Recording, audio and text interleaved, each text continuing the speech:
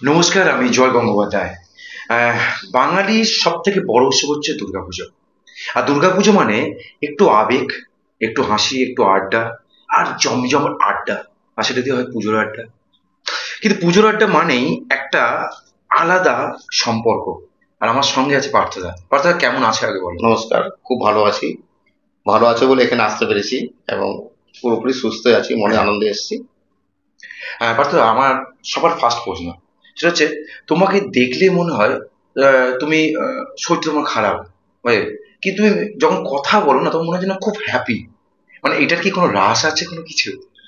Happy থাকতে গেলে যেটা দরকার আমার মনে হয়, আমি আহ, যখনই সময় পাই গান শুনি আমি। আচ্ছা, পার্থদা, দুর্গাপুজো বলতে তুমি কি বোঝো? দুর্গাপুজো বাঙালির একটা শ্রেষ্ঠ উৎসব এবং সারা বছর তো মানুষ এই উৎসবের জন্যই দিন কাউন্ট করে এবং এটা মানুষের জীবনে একটা বিরাট অক্সিজেন আমি মনে করি নিয়ে আসে।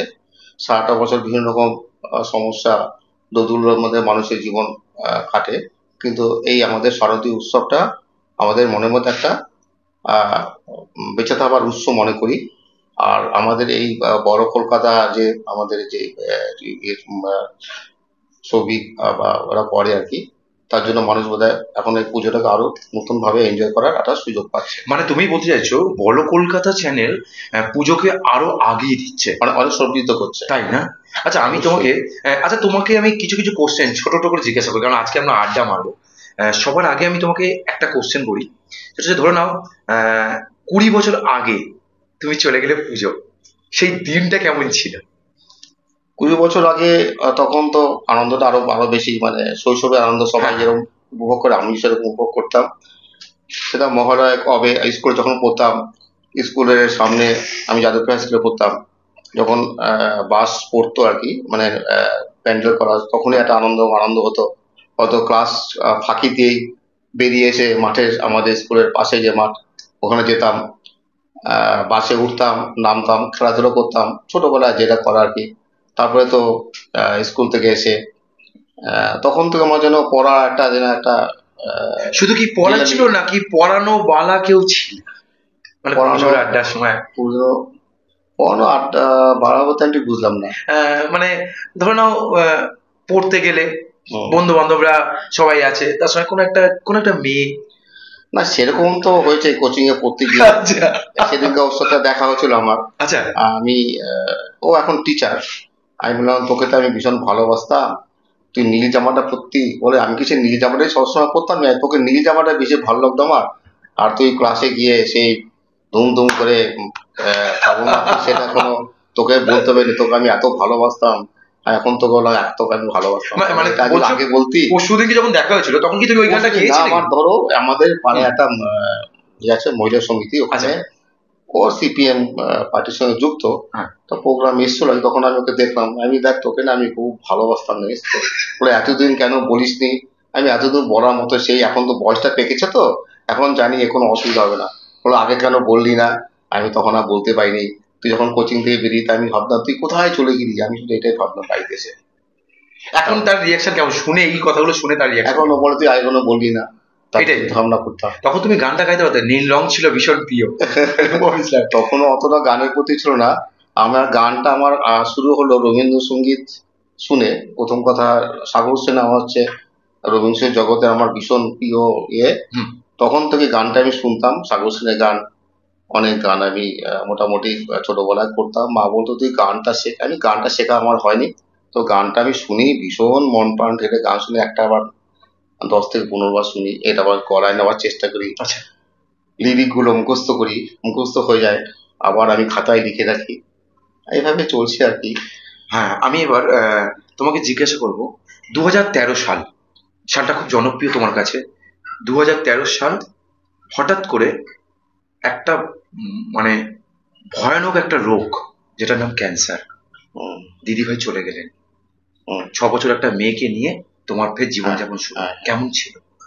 আমার স্ত্রী তো প্রথমে বিফোর ম্যারিডও একটা জায়গায় মহিলা কমিশনে চাকরি করতো। আমার বউ খুব, মানে স্ত্রী খুব লড়াকু ছিল, হ্যাঁ, খুবই,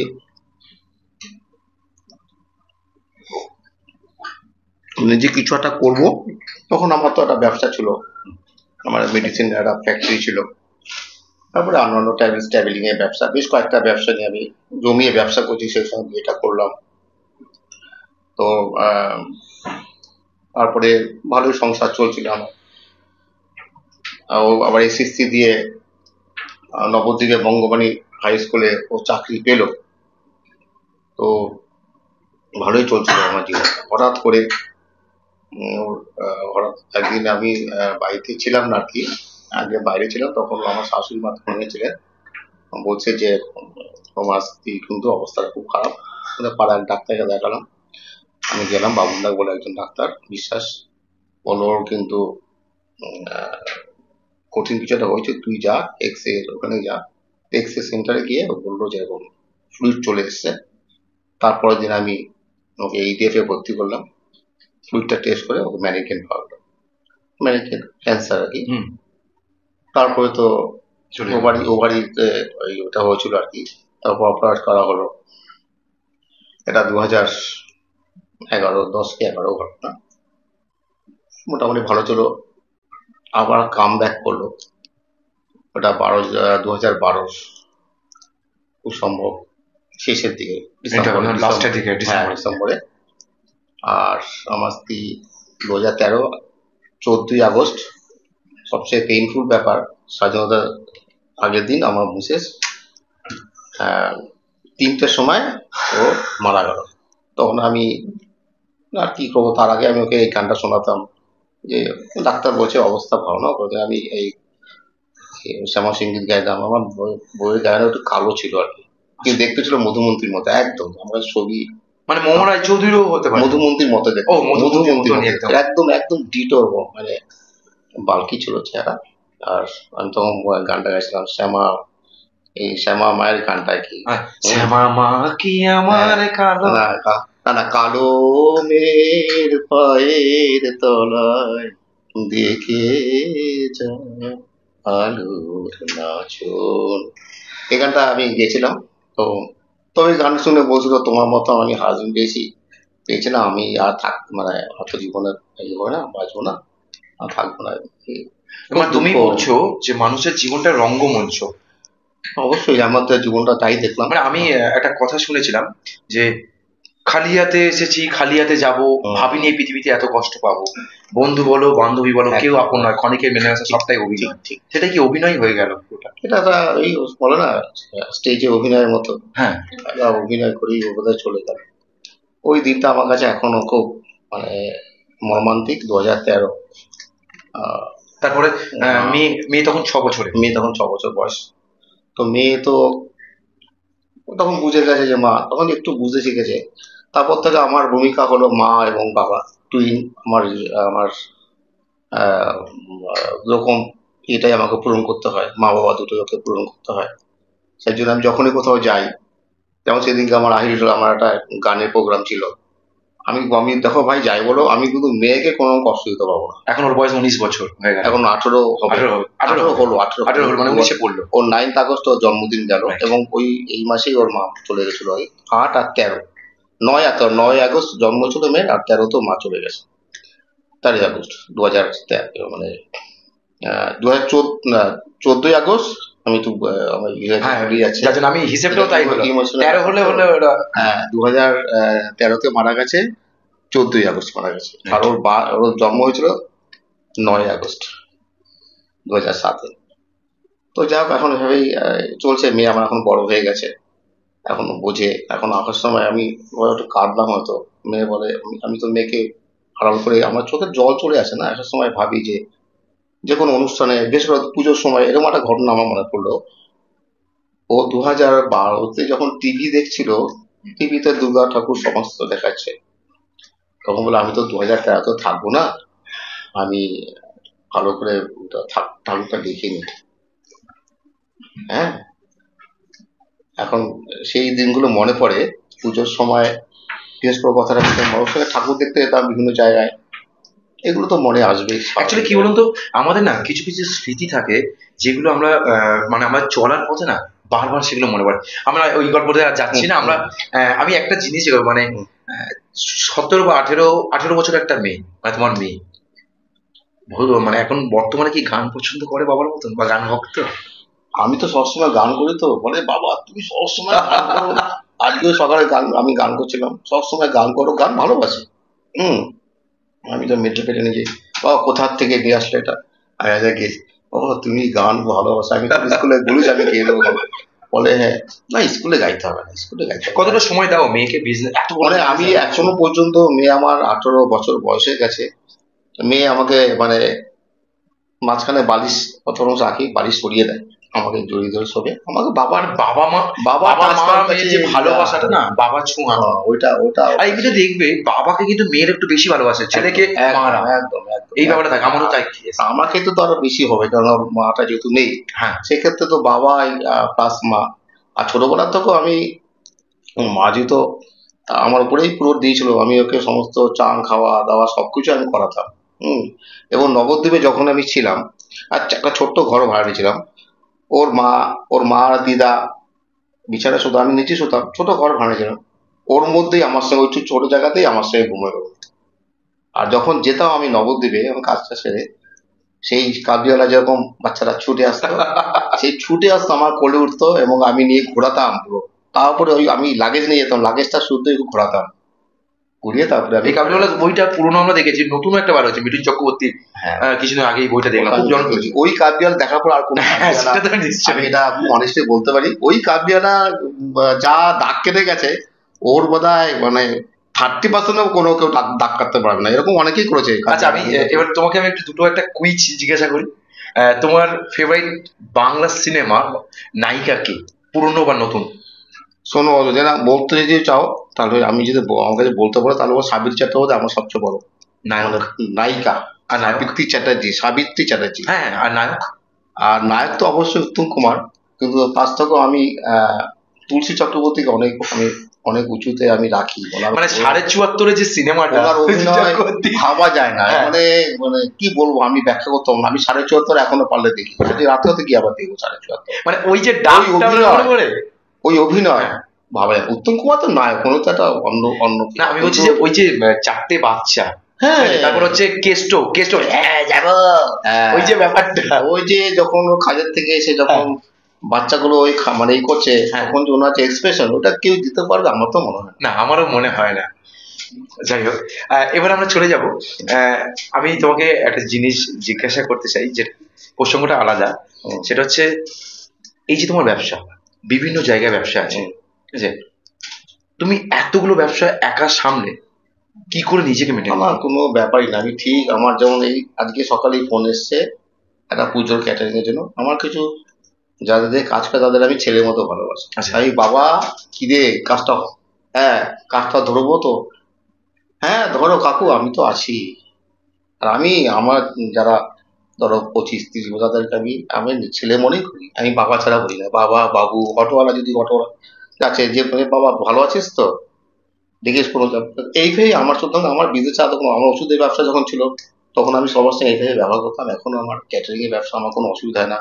আমি কনস্ট্রাকশনের ব্যবসা করলো, আমার কোনো, আমার সেইভাবে মিস্ত্রিদের আমি নিজের ভাইয়ের মতো মনে করি, ঘরে নিয়ে এসে খাওয়াবো ওদের বসিয়ে, ওদের আমি ঘরে বসে খাওয়াই, তারা বসতে লজ্জা পায় হয়তো, আমার বাড়িতে আমি ওদের বসাই, তাহলে কি আমার কাজটা ওরা মোটামুটি যে কোনো কাজে আমার কোনো অসুবিধা হয় না করতে, ঠিক সিস্টেমেটিক হয়ে যায়। 2রা আগস্ট 3রা আগস্ট বঙ্গগৌরব উৎসব ছিল, বলো কলকাতায়, তুমি এসেছিলে, কেমন ভাবে তোমার মনে হয়েছিল, কেমন লেগেছে, বা তুমি কেমন ভাবে নিজেকে প্রেজেন্ট করেছো? ফ্যান্টাস্টিক, নতুন জীবন শুরু হয়েছে, একদম নতুন জীবন।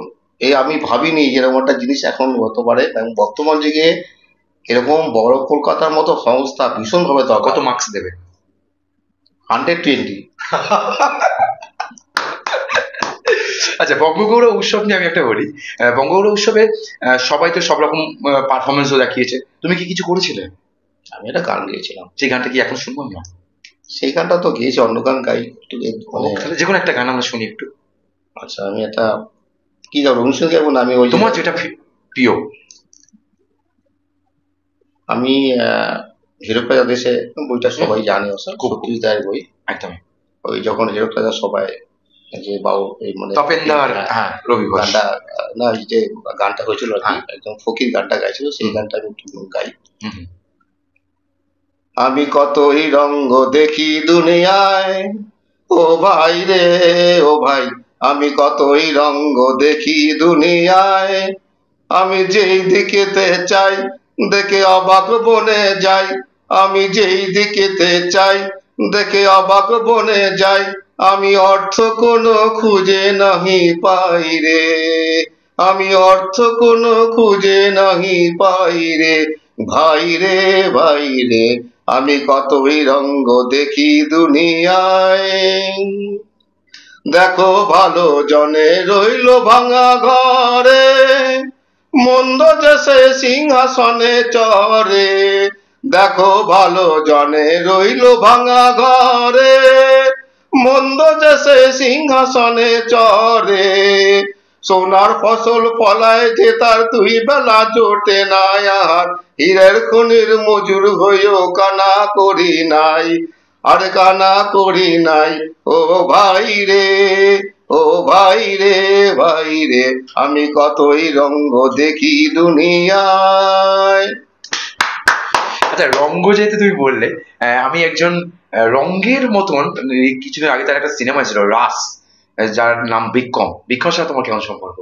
বিক্রম তো আমার বাড়ির পাশে থাকতো, ওকে আমি চাইল্ড আমি ওকে দেখেছি, বিজয়দার ছেলে আর কি। হ্যাঁ, ও তো হাঁটা চলা একটু তখন থেকে নায়ক নায়ক ভাব, আমাকে হাঁটতো আর ক্রিকেটের ব্যাগ নিয়ে যেত। আমি কি ক্রিকেট খেলা, এখন আমি তো অভিনয় টভিনয় ভালো ভালো করে কর।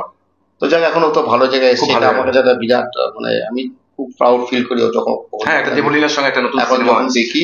ও ছোটবেলা থেকে একটুখানি স্মার্ট ছিল, বাবাও বিক্রম মানে বিক্রম বাবা বিজয় দাও একটু মানে ওই বিজনেসম্যান, স্মার্ট ছিল, কিন্তু বিক্রম যে এতটা উপরে ওঠে আমি ভাবতে পারিনি। আমি অনেক সময় তো অনেক হারিয়ে যায়, কিন্তু দেখলাম এটা আমার কাছে একটা বিরাট ইয়ে। আমাকে একদিন এসেছিল বোধহয় কয়েক বছর আগে, তো আমাকে এমনি কাকু হিসাবে কেউ ই করে, আর প্রায় 8-10 বছর আগে এসেছিল। বললাম যে ভালোভাবে করে চালিয়ে যা, আর আরো উন্নতি কর, দেখে আরো উন্নতি সত্যি সত্যি করছে, এটা একটা বিরাট ভালো লাগার জায়গা। আচ্ছা, আমরা দেখি বিয়ে হলে হুম, অনেক সময় দেখি জামাইবাবু জুতো নিয়ে যায়, শালিরা হুম, বা যারা বোনেরা থাকে তারা জুতো নিয়ে পালিয়ে যায়। তো তোমার জীবনের প্রথম মানে বিয়ে, এবং ওই দিন ফার্স্ট, একটাই বিয়ে করছি, প্রথম হ্যাঁ প্রথম মানে আমরা একবারই বিয়ে করেছি, একবারই এবং তুমি ওই দিনকে বিয়ের সময় তুমি হ্যাঁ ফার্স্ট মেকআপ করেছিলে, আর আজকের প্রথম হ্যাঁ মেকআপ তুমি করলে। যেটা বলছিলে আমি আমার পাড়ায় একটা ছেলে নাম হচ্ছে নরেন, সে এমন সাদা করে দিয়েছে, হ্যাঁ এমন সাদা চুল করে মাখার দিয়েছে মতো আমাকে। পুরো হয়ে গেছে। আমি কি করি তুই আমাকে, আমি তো এত ফর্সা না, বলে এটাই তো তোমার দেখবে। আর সত্যি সত্যি যখন গাড়ি থেকে নামছি সবাই বলছে আরে বাবা কি দেখতে, ওর কি দেখতে, আমি দাঁড়াও রংটা বুঝি না, তারপর বুঝতে পারো তো। তো যাক সেই দিনটা তো, তোমার স্নান করার পরে হ্যাঁ সেই রকম আর কথা ছিল না, তারা হাত হ্যাঁ ফেল করলো। তারপরে তো যারা দেখেছে বিয়ের আগে তারা তো বুঝতে পারছে রং টং চড়িয়ে এসছে আর কি, কিন্তু যারা একে এসছিল আর কি ভেবে, তারা বলতো যে এত ফর্সা এত ব্রাইট ছেলে। ঠিক আছে হোক। আর বৌদির রিয়াকশন কেমন ছিল? বৌদি বলে তুমি তো ভালোই, তোমার ভালো লাগছে, সুন্দর লাগছে, আমার বন্ধুরা বলছে কি সুন্দর, তাই দেখ ভালো, তুমি খুশি তো? বলে হ্যাঁ, বন্ধুরা খুব খুশি। তারপর তো অরিজিনাল রং কয়দিন কয়দিন তো মানে কয়দিন বাদে দেখা গেছে সব যার বন্ধুরা এসছিল আর কি, বলে না ফর্সা কিন্তু অতটা নয়। পার্থদা, সেটা হচ্ছে আমি ছোটবেলায় কি করতাম জানো, মানে আমার বাবা, বাবা তো বিএসএফ এ কাজ করতেন, তো 1-2 মাস আগেই জামা প্যান্ট পাঠিয়ে দিত। আমরা না ওই পুজো আসার আগে 10 বার অন্তত পরা হয়ে যেত, এবং ক্যাপ ছিল, ঠিক আছে? মানে তখনকার লাইফটা আলাদা ছিল, এখনকার লাইফটা তোমার মধ্যে কোনটা বেশি মানে কম্পেয়ার কিভাবে করছো, বা কেমন লাগছে, কি মনে হচ্ছে নস্টালজির যে ঘটনাগুলো? এখনকার বাচ্চারা তো মানে বর্তমানে যে কথা যে বলছো আর কি, বাচ্চারা তো সারাটা বছর একটা এনজয়ের মধ্যে থাকে, তো সুতরাং আমাদের সময়কার বা তোমাদের সময়কার ক্রমে ক্রমে তো একটা পরিবর্তন হচ্ছেই, আনন্দ বিয়েটা অন্য জায়গায় ডাইভার্ট হয়ে যাচ্ছে আর কি। তো ছোটবেলায় যে ক্যাপটা আমি তুমি ফাটিয়েছো জানো, আমরা তো ফাটিয়েছি, এবং বাবা কালী পটকা নিয়ে আসছেন আর কি। তো বাবা আহ, নিজে ধরে এবার দেখি কালী পটকাটা হাতেই ফুটছে, বাবা আর এ করতে পারছে না, আমার হাতেই ফুটে গেছে। পরে আমি বুঝলাম যে বাবা তো আমাকে তো সাবধান করতে বলতো, আমার হাতেই কালী পটকা ফুটেছে। এখনকার তো বাচ্চাদের এখন এগুলো তো হয় না, এখন অন্যভাবে অনেকভাবে এনজয় করে। তো এটা হচ্ছে এখনকার বাচ্চার সঙ্গে আমাদের সময়ের পার্থক্য আর কি। পুজো নিয়ে, মানে পুজো নিয়ে তখনকার পুজো এখনকার পুজো কম্পেয়ার। তখনকার পুজো দেখো, তখনকার পুজো তো সাবেকি পুজো ছিল, আহ, আট চালা বা কি চালা রয়েছে তোমার, এক চালার মধ্যে ম্যাক্সিমাম ঠাকুর হতো। আমার মনে আছে আমাদের বাড়ির সামনে Krishna glass factory, Annapurna factory, আর আমাদের পাড়ায় নবনগরে একটা পুজো হতো। আহ, ঘুম থেকে উঠে প্রথমে ওই ঠাকুরের মুখটা দেখতাম, সকালে উঠে চলে যেতাম। তারপর চলে যেতাম আমাদের এই আহ, আমাদের বাড়ির কাছে যে কৃষ্ণা গ্লাস অন্নপূর্ণা ফ্যাক্টরি, তো সেখানে ফান্ডিংটা তো বেশি ছিল না। না, ফান্ডিং কম ছিল কিন্তু হ্যাঁ, আর তখন তো আর ফান্ডিং বুঝতাম না, তখন তো আনন্দটা অন্যরকম, মানে হ্যাঁ, পুজো মানে এসছে। এখন এসে তুমি ফান্ডিংটা বুঝতে পারছো। হ্যাঁ, এখন ফান্ডিং বুঝতে পারছি। তো গিয়ে দেখতাম যে তখনকার পুজোটা অন্যরকম। এখন বর্তমানে আস্তে আস্তে আস্তে যে এখন থিম পুজোটা হচ্ছে কি, সেটার একটা কিন্তু বিরাট প্রভাব ফেলেছে, তার একটা আমি সমর্থন করি। কেননা এর সঙ্গে প্রচুর লোক, অনেক ধরো আর্টিস্ট যারা পাস করে বেরিয়েছে, তাদের পুজোর সময় একটা ভালো রোজগার হয়, এবং যারা প্রতিষ্ঠিত তারা তো রোজগার, আবার প্রতিষ্ঠিত হওয়ারও সুযোগ পাচ্ছে। তোমার বলতে চাইছো কোটি কোটি টাকা একদম আসছে। একদম, এটা আমি পজিটিভ দিকে মনে করব। এবং যারা ধরো অনেকে আর্ট কলেজ থেকে, ধরো তুমি একটা আর্ট কলেজ থেকে পাস করলে, তুমি রোজগার কিভাবে করবে? তখন তো একটা পুজোর মাধ্যমে তুমি একটা সারা বছর একটা ভালো অ্যামাউন্টে কাজ করো, বা এতে একটা ভালো সারা বছর একটা রোজগার হয়ে গেল আর কি। এবং এর সঙ্গে প্রচুর গ্রাসরুট লেভেল থেকে শুরু করে অনেক লোকেই এর সঙ্গে ইনভলভ হয়, যারা প্যান্ডেল বানায়, বা ভিডিও টিভিশন অফ ওয়ার্ক আছে। তো ধরো একটা প্রথমে যে বাসের কাজটা করতে একটা লেবার, তারপরে তোমার ডেকোরেশন যারা করতে হয়, একটা ইলেকট্রিফিকেশন, সবকিছু একটা, প্রত্যেকটা লোকই একটা রোজগার করে, এবং তাদের শৈশব পুজোটা বলে খুব আনন্দেই কাটে, তাদের ঘরে দুটো পয়সা আসে। এটা একটা আমি এটাই ভাবছি মানে বর্তমান তোমার বর্তমানে। তোমার কি মনে হয় যে আমাদের দুর্গাপুজোর সময় আমরা দেখেছি পুজো হয়ে যাওয়ার পরে হুম, আমাদের এই ঠাকুরগুলো বিদেশেও নিয়ে যাওয়া হয় হুম, শো করার জন্য, হ্যাঁ হ্যাঁ, ঠিক আছে? এইটাতে তুমি কতটা সমর্থন করো? 100বার সমর্থন করি, 100বার সমর্থন করি। কুমারটুলিতে ঠাকুর যাচ্ছে, আমাদের বিভিন্ন রকম শিল্পীদের ঠাকুর বিদেশে যাচ্ছে। যেটা যেটা আমাদের এয়ারপোর্টেও একটা হ্যাঁ, শো এটা করা এর আছে থেকে ভাই ভাই এর সঙ্গে। থেকে তো আনন্দের আর তো কিছু হতে পারে। আচ্ছা, মানে তোমার কাছে এটা ভালো, হ্যাঁ, পজিটিভ। একদম একদম পজিটিভ, অবশ্যই পজিটিভ, প্রত্যেকেই সেটা মেনে নেবে। আগেকার দিনের পুজো সেটা হচ্ছে একটা ভাবধারা ছিল, সেটা এখন চলছে। কিছু কিছু তার পারিবারিক পুজো সেটাও চলছে, এবং এগুলোও চলছে। এবং বারোয়ারি পুজো করতে এরকম হচ্ছে, আমি ছোটবেলায় মনে আছে দিদির সাথে সঙ্গতি তে যেতাম, তখন চাল ডালের ঠাকুর হয়েছিল। হুম। এবং এটা আস্তে আস্তে ডেভেলপ হয়ে অন্য জায়গায়, যেমন অনেক জায়গায় চলে গেছে। আমি কয়েকটা, আমি যেমন ধরো কসবাতে ভাঁড়ের একটা পুজো হয়েছিল, আমি এটা দেখে বলছিলাম এটা কিন্তু প্রাইজ পাবে। আমি কিন্তু বলেছিলাম দাঁড়িয়ে, তোমরা কিন্তু প্রাইজ পাবে, তোমরা যেটা করছো। আমার মোটামুটি জানি না আমার শিল্প চোখ আছে কিনা, তবে এটা কিন্তু আমি অ্যানাউন্স করেছিলাম এবং সত্যি প্রাইজ পেয়েছিলাম। আমরা দেখেছি প্রতি বছরই দেবজিৎ স্যার হুম, এবং বলো কলকাতা এরা অ্যাওয়ার্ড শো করে, পুজো, হুম। শারদ সম্মান, শারদ যোদ্ধা এবং অ্যাওয়ার্ড শো। তোমার কি মনে হয় যে এরা প্রতি বছর যেরকম করে আরো অনেক মানুষের এইরকম উদ্যোগ নেওয়া উচিত? মানে এটা কি মনে হয় আমার? না, আমার তো মনে হয় দেখো সংস্থা এই যেমন এটা একটা করেছে, এখানে আরো লোক এসে জয়েন করুক। নতুন কিছু করতে গেলে একটা মানে ই হয়ে যাবে। আমি মনে করি এখানে আরো লোক এসে এই বড় কথায় জয়েন করুক, এটার সঙ্গে যুক্ত, এটাকে আর বড় করুক, এটাকে মনোযোগ আর ধারণ করুক। পুজো ওঠার জন্য। এই এই সংস্থাটাকে, আমাদের বড় কলকাতাটাকে আরো যত আরো বিভিন্ন রকম ভাবে আমাদের তো দেখো, যেমন টাকার দরকার, ম্যান পাওয়ারও দরকার, সবকিছু তো আমরা তাহলে পাবো। এখানে যদি আরো যদি সমৃদ্ধ করতে পারি, আমি ঠিক বলছি কি? একদমই ঠিক বলছো তুমি। হ্যাঁ, তাহলে এটা আরো পুরো বিস্তর বিস্তার লাভ করবে। আমার মনে হয় দর্শকদের কাছে আমি একটা কোশ্চেন রাখতে চাই, সেটা হচ্ছে এই যে পার্থদার সঙ্গে আমি যে বসে আলোচনা করছি পুজোর সম্বন্ধে, পুজোর আড্ডা, আমার মনে হয় অনেক দর্শক দেখছে পার্থদা, ওরাও ওনারা ভাবছেন হয়তো এখানে আসবেন, আসতে পারেন কিন্তু আপনার সঙ্গে আমি থাকতে পারি, অবশ্যই অর্ষিতা আমি বলছি। মুখোপাধ্যায়ও থাকতে পারেন আমার সঙ্গে, আড্ডা হবে জমজমাট। নিচে দেওয়া স্ক্রিনের নাম্বারে আপনার ফোন করবেন, আর এক ফোনেই চলে আসবেন আমাদের স্টুডিওতে। আচ্ছা পার্থদা, এই স্টুডিওতে আসার আগে যখন তুমি গ্রিন রুমে ছিলে, মেকআপ চলছে তোমার, বিয়ের মেকআপ বলি, তো তখন তোমার কি মনে হয়েছিল যে শুধু কি পুজো নিয়ে হবে, নাকি হয়তো অন্য কোনো পার্টি বা অন্য কিছু কোশ্চেন হতে পারে, না পুজো নিয়েই হবে, এরকম কিউরিসিটি কি মনের মধ্যে ছিল? তো জানি যে সব রকম পুজোর আগে, যখন পুজো নিয়ে তো প্রশ্ন আসবেই। হ্যাঁ, পুজো নিয়ে তো আসবেই। পুজোর আগে যে প্রাক পুজো বা এটা আড্ডা হচ্ছে, তো পুজোর কথা তো আসবেই, সেটা তো আমি ভেবেই নিয়েছি। তারপরে আমার জীবন সম্পর্কে কিছু জিজ্ঞেস করছে, সেটাও আমি ভেবে নিয়েছি। ভেবে নিয়েছো? তুমি তো গানের ভক্ত একজন, হুম, আমার একটা কোশ্চেন না মাথার মধ্যে বারবার আসছে। আগে না আমাদের ধরো মনোময়দা, হুম, বা আগে রূপম ইসলাম, বা আগে হচ্ছে সন্ধ্যা মুখোপাধ্যায়, হুম, এই আশাদ লতা থেকে আরম্ভ করে কুমার শান্ত থেকে আরম্ভ করে প্রচুর মানুষ, হুম, যারা মানে আমাদের নচিকেতাদা হুম, এবং প্রচুর মানুষ, তাদের না সিডি বার হতো, হুম। যেটা নস্টালজি বলা হয়, তো সেইটা এখন বার হয় না। এখন মানে ধরো না, পুজো মানে একটা জুংলাকু নাচ আর জুংলাকু ব্যাপার এইগুলো হয়ে যায়। তোমার কি ভালো লাগে, বা তুমি এই সম্বন্ধে কি বলছো? হ্যাঁ দেখো, বা আসলে ব্যাপারটা হচ্ছে যে ওটা তো এক ধরনের গান, এক সময় ওটা চলেছে। এখন সময়ের সঙ্গে পরিবর্তন, এখন বাচ্চাদের বা মানুষের আমাদের জেনারেশন, আমাদের যে এখন যারা এখন সবে বড় হয়েছে কি, টিনেজার, তাদের কাছে ওই ধরনের গান তো একটু ভালো লাগবে। তো ওই গানগুলো যদি তাদেরকে শোনানো যায়, তারাও নিশ্চয়ই এনজয় করবে, এটা আমি বলতে পারি। মানে বলতে চাইছো যারা আগে যারা গান গাইছে তারা তো এখন অনেকেই হুম, আছেন, হুম, তারা ফের নতুন করে গান বার করুক। আচ্ছা। আবেগটা কি তাই তো বলছে? আমি বুঝলাম না, মানে আবার বলো। যারা আমি বলতে চাইছি যে যারা গান গাইতেন, হুম, হুম, নচিকেতা থেকে আরম্ভ করে কুমার শান্ত গান, যারা যারা গান গাইতেন হুম, তারা তো গান বন্ধ করে দিয়েছে, পুজোর গান বার করেন না। হ্যাঁ, তুমি বলছো যে তারাও ফের গান রিলিজ করুক, হ্যাঁ, গান তাই তো? অবশ্যই। এই এই সমস্ত শিল্পী তো আমাদের তো একটা মানে মুক্ত না, এটা কিন্তু তো আমাদের মুক্ত। এখনকার জেনারেশন শুনবে? হ্যাঁ, সেটা কেন শোনালে, কেন শুনবে না? নিশ্চয়ই শুনবে, শোনালে শুনবে। সেরকম ভাবে একটা পরিবেশ তৈরি করতে হবে।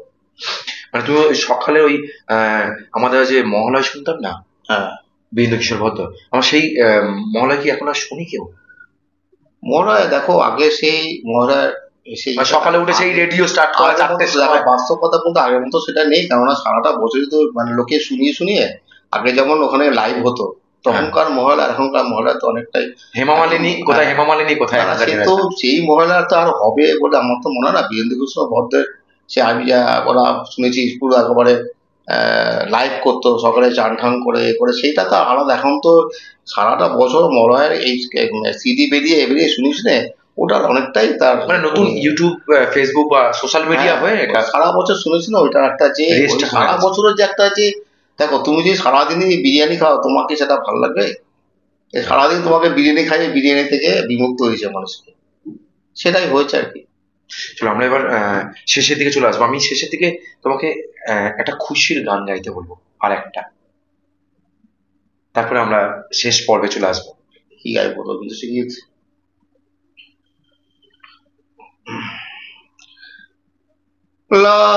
লাবণ্যে পূর্ণ প্রাণ, প্রাণে সোহে, একই লাবণ্যে পূর্ণ প্রাণ, প্রাণে সোহে, আনন্দ বসন্ত সমাগমে, একই লাবণ্যে পূর্ণ প্রাণ, প্রাণে সোহে,